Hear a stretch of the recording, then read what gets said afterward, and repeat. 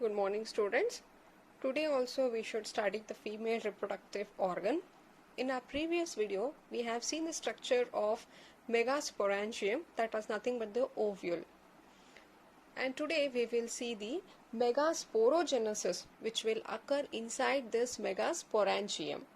If you remember, previously we have also studied one more process called microsporogenesis. See, we have studied process called microsporogenesis. This was the formation of microspores from pollen mother cell through meiosis, and this happened, microsporogenesis happened inside the microsporangium that was present inside the anther. So these are the microsporangium.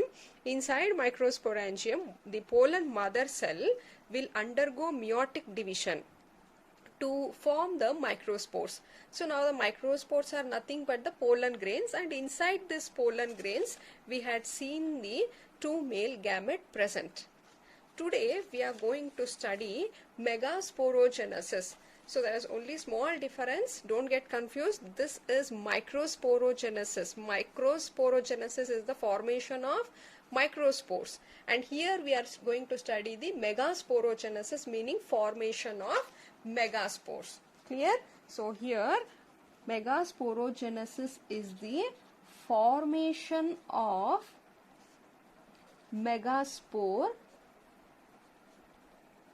from megaspore mother cell, and this also happens through meiosis only. Clear? There it was formation of microspores from the pollen mother cell. See, even pollen mother cells are also called as microspore mother cell, MMC. These are also called as MMC only, megaspore mother cell. Clear? They were formed through meiosis. Let's see now from where we get this megaspore mother cell. Again, refer previous diagram of the ovule. Yeah. See here, this is a diagram of the megasporangium. Here we have referred that these two were the integument, and inside integument there is a presence of nucellus region. So now these nucellus region contain nucellus cells like this. So it has number of nucellus cells. So you can see here all these are the cells, and these cells are abundant in reserve food material.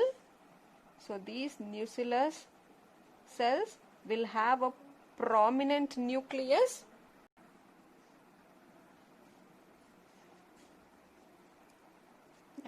The cells of nucellus has abundant reserved food material. These are dense cytoplasm, and you can see here they have abundant reserved food material. Here now, one of the nucellus cells which are towards the micropyle end. See, suppose now here we know that this is a chalazal end and this is a micropylar end. One of the nucellus cells which are usually located towards the micropylar end, let us take this one here. This cell here will get differentiated into megaspore mother cell. Now this cell will become MMC, that is megaspore mother cell. Understood? So this MMC, or you can write the megaspore mother cell, will undergo division. This will undergo meiotic division to result megaspores. See, the formation of megaspore from the megaspore mother cell through meiosis, you call it as megasporogenesis. And from where we get this MMC is one of the nucellus cells which are usually located towards the micropylar end will be converted or will get differentiated into MMC. And these MMC are usually here, if I write, this is the megaspore mother cell.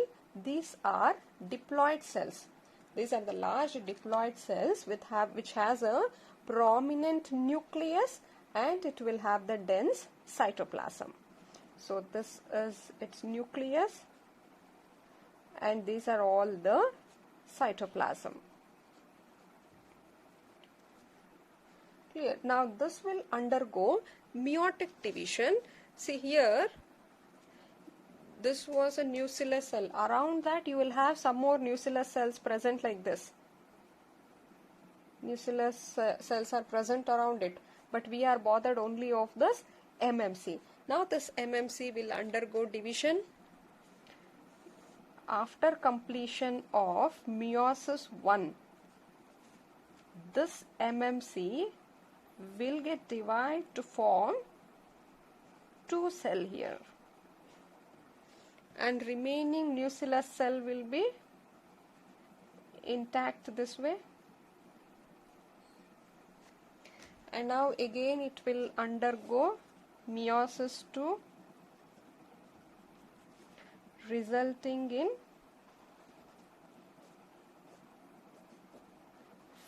4 haploid cells with nucleus cells like this. Overall, if you see here, one MMC, after it had completed the meiosis, that is meiosis 1 and meiosis 2, both are completed, it will yield 4 megaspores. You call this as megaspore tetrad because there are 4 megaspores. So all are haploid now here. These are all haploid in nature, all the 4. So each one are haploid in nature because it has undergone meiosis. Out of these 4, 3 will get degenerated. They get degenerate, and one of the megaspore will serve as the functional megaspore. Clear? Let us take that one now. Only one will serve as functional megaspore. Clear? I'll repeat here. The megaspore mother cell, after completing meiosis, it will result in 4 haploid cells. Out of 4 haploid, 3 will get degenerated and only 1 will remain as functional, and that is this functional megaspore. Now this functional megaspore will undergo karyokinesis. So you know what is karyokinesis? That only the nucleus present here will undergo division. This is karyokinesis will happen. Therefore, one nucleus is divided to form 2. This is the first karyokinesis.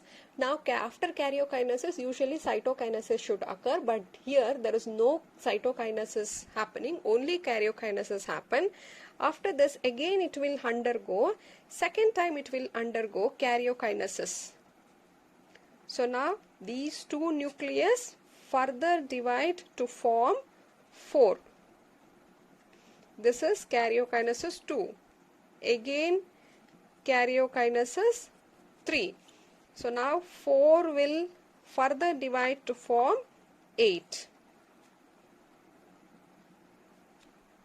Clear? Functional megaspore undergo karyokinesis 3 times, which is not followed by the cytokinesis. As a result, one nucleus will divide to form 8. 1 to 2, 2 to 4, 4 to 8. Later on, these nucleus are arranged this way. You can see 3 are located at one end, and these 3 are located towards one end, and here these 3 are located towards one more end, and remaining 2 will come at the center. And later, after this arrangement, that is the formation of cell wall around this. Formation of cell wall will happen, resulting cells like this.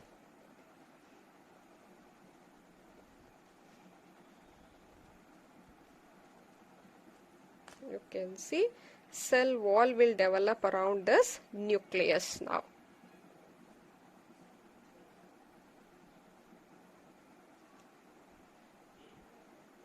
Now, these three you call it as antipodal cells, and center one you call it as polar nuclei.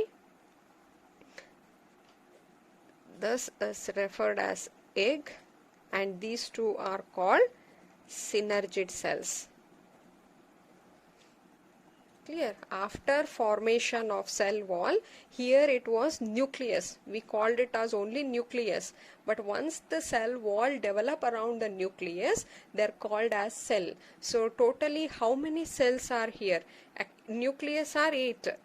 You have 8 nucleated. You call it as 8 nucleus because 1, 2, 3, 4, 5, 6, 7, 8 nucleus is present. Therefore, you call it as 8 nucleated. But we have only 7 cell. So 3 antipodal cells. Polar nuclei, we refer these two as single. Therefore, there is only one polar nuclei.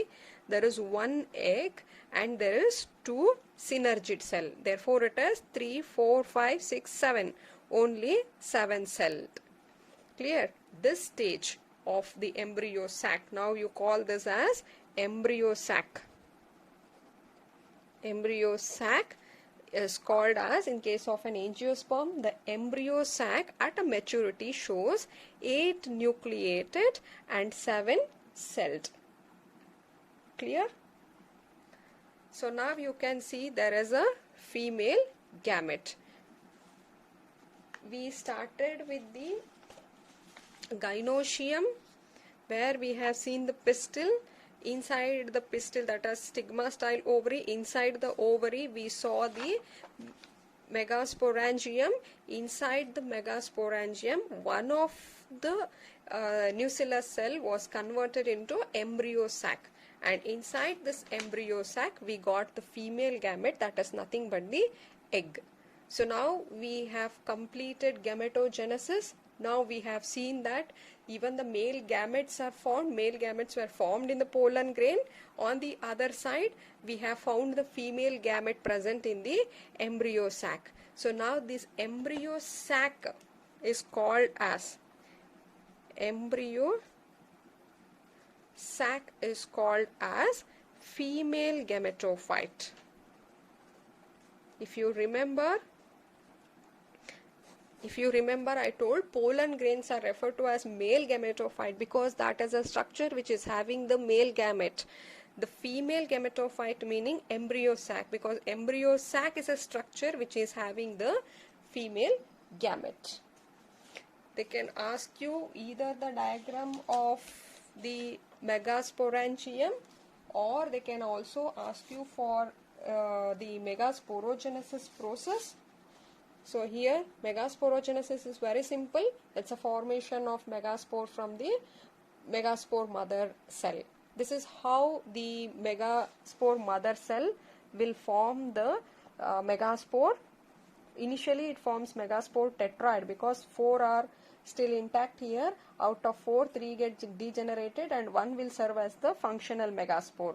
This functional megaspore, and later on the functional megaspores will undergo karyokinesis to give 8 nucleus which are arranged. Then the cell walls are formed and converted into embryo sac. Inside the embryo sac we found the egg.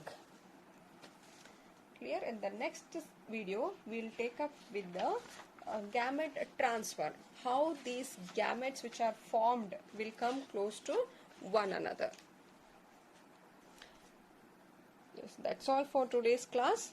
We'll see in the next class pollination process. Just go through the diagrams, refer NCERT textbook. Yes, thank you.